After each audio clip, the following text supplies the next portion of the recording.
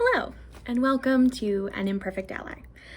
I am an imperfect ally, but you can call me Kiki.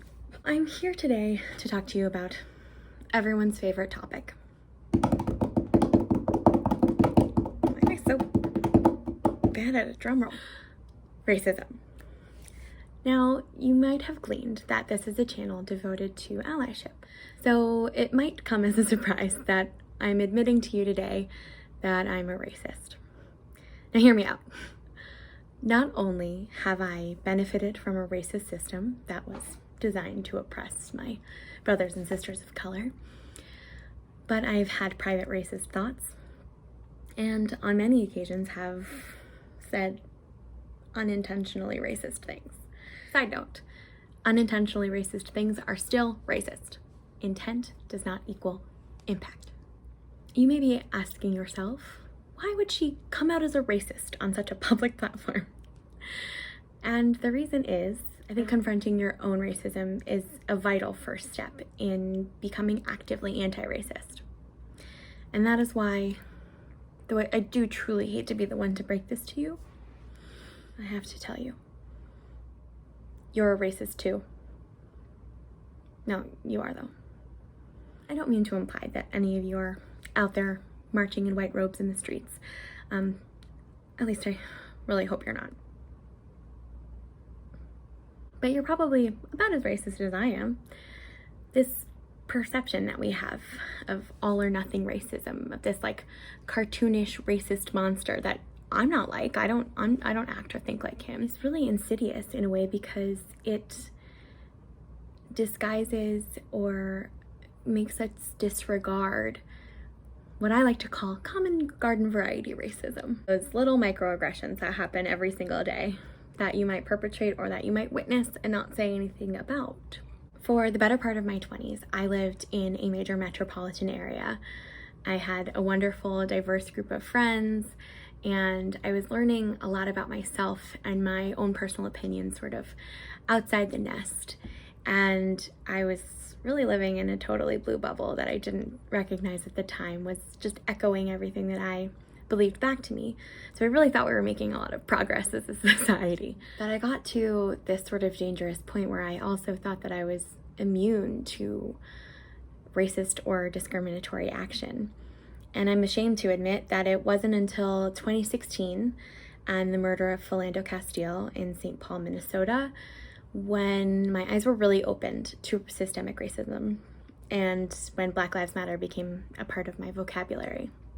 To me, that was embarrassingly late to the party. So to those who are just getting to the Black Lives Matter movement now, all I have to say is, to quote Maya Angelou, when you know better, you do better. So now that you know better, just do better. About a year and a half ago, I moved back to the suburban area where I grew up, and it was a little bit of a rude awakening, learning that not everyone around me agreed with everything that I learned and thought in my blue bubble.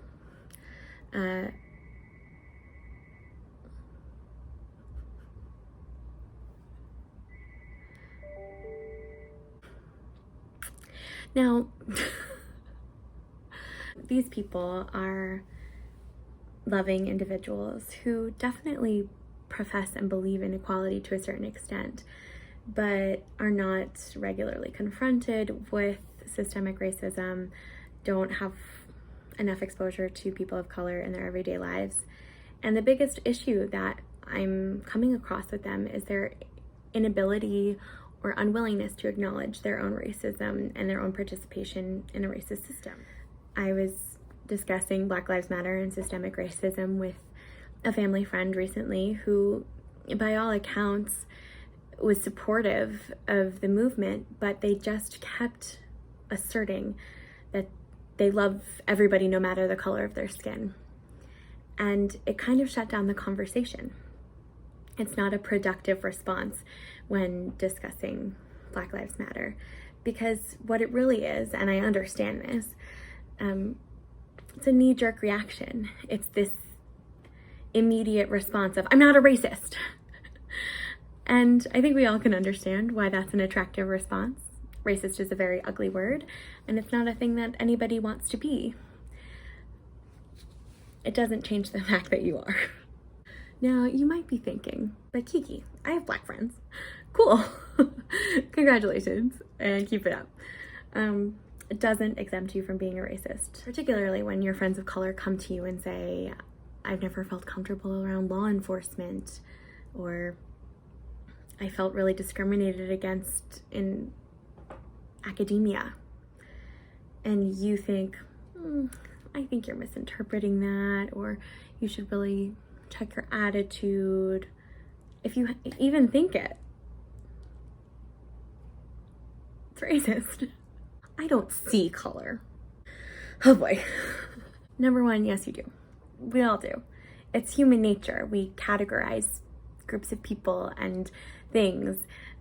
You do. You see color.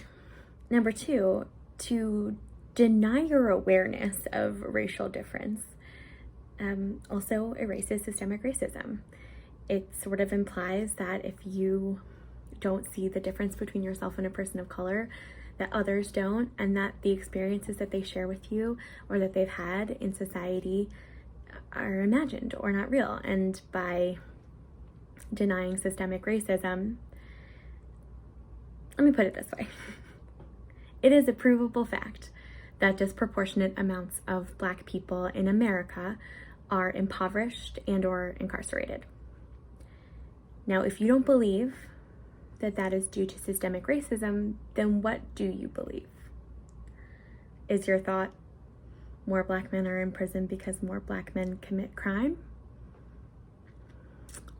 Because that's white supremacy. I know. What a scary term. But it is. And so it's really important to name these things and recognize them in yourself. Even if it's a private thought, you have to remember that if you truly think that white people aren't any better than Black people, but there are so many more Black people in jail, then you have to recognize the system that makes it impossible for them to succeed. It also diminishes the accomplishments of Black people who have really had to claw their way through this systemic racism in order to succeed. You get it on both ends. All lives matter. Okay, calm down. No one ever said that they didn't. There are way too many awesome memes and tweets out there that break this down better than I ever could. But the short answer is that it doesn't say only Black Lives Matter. I think it was Desmond Tutu that I'm going to paraphrase, but it's when you are privileged, equality starts to feel like oppression. I'm gonna find out who that was.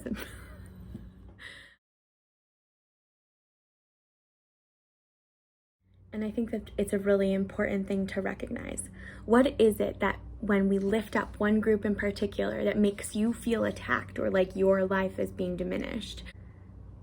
And what that is you just getting really comfy and cozy with your ongoing privilege.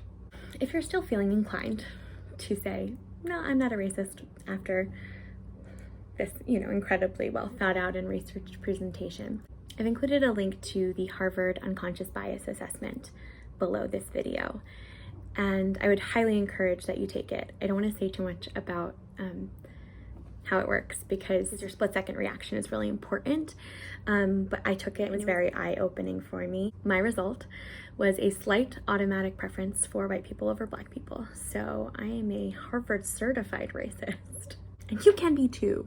So I encourage you to go take the assessment and leave your result in the comments below.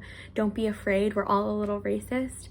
And I think if we are able to really confront that racism head on, we can make real and lasting change. I'm also reading the book, Me and White Supremacy, that's been circulating around during these times, by Layla Saad.